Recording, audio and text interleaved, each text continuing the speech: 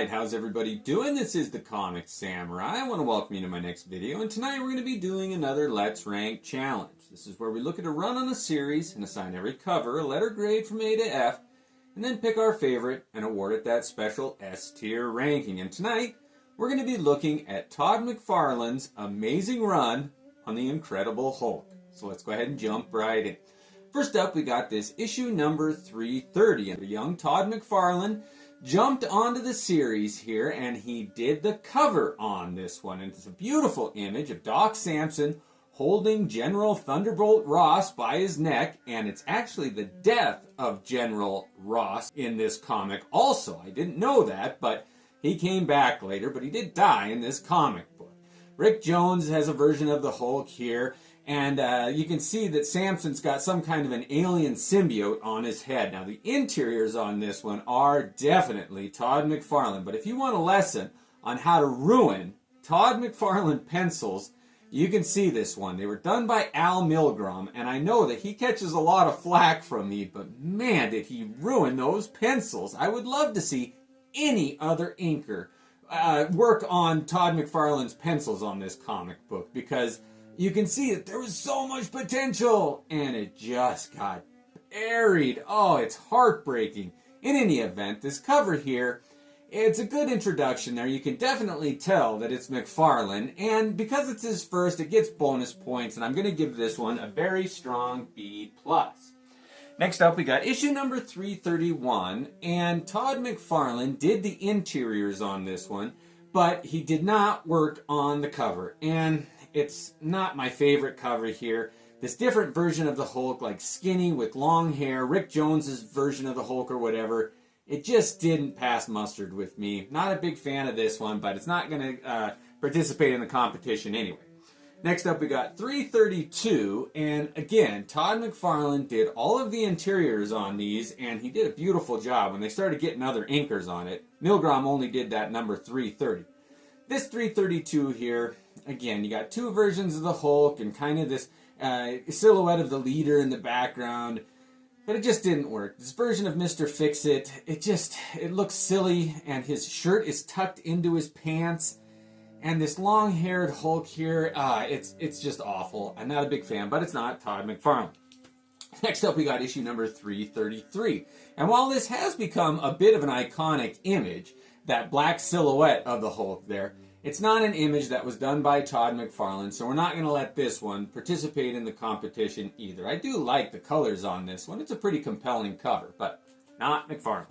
Next up, we got issue number 334, and again, these interiors were just full of Todd McFarlane goodness, but the covers were not done by him, and I think that that is a shame. I really think if they reissued these comics with some brand new covers done in an older style by McFarlane, they would fly off the shelves. But we're stuck with this cover, and it's mediocre at best, in my opinion. Next up would have been 335, but Todd McFarlane didn't do any work on that comic book, so we're just going to move on. Next up, we got number 336, and it was interesting to see Todd McFarlane's take on the original X-Men, who are now X-Factor, that team. But this cover was not done by McFarlane again. It's the Gray Hulk, Joe Fix-It. I love that version of the Hulk. It's my favorite. And to see Todd McFarlane draw it, he wasn't quite into that really iconic look that he introduces later. I'll point it out. He was still kind of a big forehead-looking guy. It wasn't Todd McFarlane's best version of Joe Fix-It. Next up is issue number 337, and it's another beautiful comic with interiors done by Todd McFarlane, X-Factor, Mr. Fix-It. Beautiful, exciting comic book, but no Todd McFarlane on the cover. Next up, we got issue number 338, and I always thought that this was Psylocke on the cover there, but it's not. It's just kind of a one-off story about this kind of powerful female figure there, and it's not Psylocke, and this is not a Todd McFarlane cover, so we're just going to move it on. Next up, we got issue number 339, and I loved this twisted version of the Hulk in the mirror there. You got all these different versions. This is not a Todd McFarlane cover, and I would have loved to seen his take on this situation. He would have gone with an obscure camera angle. He would have really zoomed in and got a lot of detail on those twisted versions of the Hulk, but unfortunately he did not dip his fingers on that cover.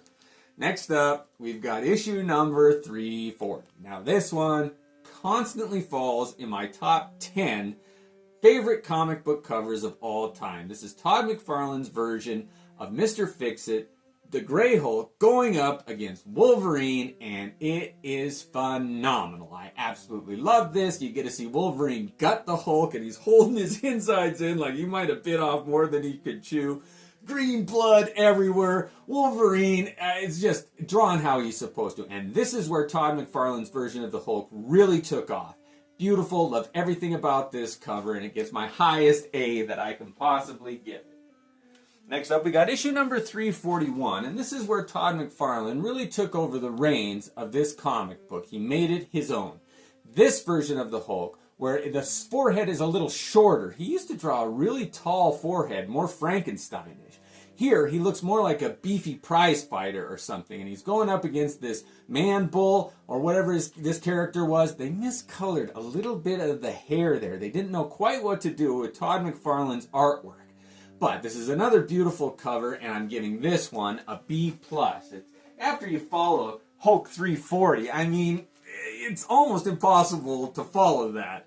Next up, we got issue number 342, and this is a pretty good version of the leader in the background there. This is Todd McFarlane's iconic look there, where he's got a big figure looming over them. Look at how he did a lighting silhouette around the two figures fighting there. Battle scenes, broken rocks in the foreground, background, midground, foreground, separation of colors, beautiful design. Todd McFarlane's graphic design sensibility was on full display here. This is a beautiful cover, and I'm giving it an A. I like the leader. It really did complement the Hulk's brawn with the leader's brain. They were the two extreme versions of creatures like that. Next up, we got number 343, and I think that this one is really an underdog of the bunch. He's crushing this robot here, and you can see his head. He's making like a, oh no, yeah, like he's being destroyed. You almost feel sorry for that robot there. My favorite version of the Hulk, he finally nailed the look of Joe Fix-It there. Look at the details he put in the Hulk's hands there. I like everything about this one. The color, it's an A. I like it. All right, next up we got issue number 344, and this one has really become iconic. Now, I didn't know that this was an homage to Spider-Man number 300. If you place it next to it, you see that the Hulk is doing a very similar pose to Spider-Man there, and Todd McFarlane did both of those covers, so it makes sense. But look at the moon behind him there. He turned that circle on Amazing Spider-Man into the moon, and I think that's so fitting. He's got those pock marks going on it. Look at how he shredded his shirt there. And the entrails are flowing out behind them. It's reminiscent of Sam Keith. I mean, Sam Keith took that motif and really ran with it. But you've got Betty Banner clinging to his neck there. The trees below him, the black background, silhouetted by the moon. Everything works on this one. It's one of my favorites, and it's getting a very strong A. Next up, we got issue number 345, and this is one of my favorite covers of all time. I love it, and I think it might be an homage to this Dark Knight Returns number 2. You'll see that they're very similar poses for those two characters there. I do like that one. Oh, you can see that the knees are drawn coming at the camera there. They're filling up the entire page. I just think that Frank Miller and Todd McFarlane have a great grasp of drawing these big hulking figures that just fill an entire image with their bulk. And he's interacting with the trade dress there. Look at how he's pulling the letters apart. And the Incredible is laying on the floor there. It's just so fitting. I think it's a beautiful, well done cover. I like the colors. I like everything about this. And it's getting my highest A I can give.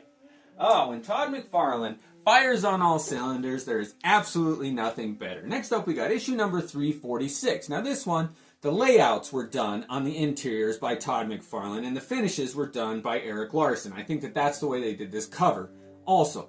And it's a beautiful image. I love when those two artists mix their talents together. They really complement each other well. They understand each other's strengths. However, the colors on this one, that brown background, just clashes with everything else. It really suffers from Fantastic Four number 50 syndrome. I like the thumbnail image there, though. This has got to be a B-level cover. I mean, Todd McFarlane, Eric Larson teaming up on a cover. The brown background drags it down, but it gets a very strong B. Now that we have all of the Todd McFarlane covers ranked, let's go ahead and take a look at the ones in the A tier and pick our favorite. Well, as you can see, 5 of the 8 covers that Todd McFarlane did got an A ranking. So let's go ahead and take a look at them. We've got 340, which is the epitome of an iconic image. It has become the go-to comic book cover, and it's going to be hard to beat. Definitely the front runner. We've got 342 with the leader and that little monster fighting the Hulk there. 343 where he's crushing that robot and his head flying up. Oh, and look at the thumbnail on that one. Beautiful.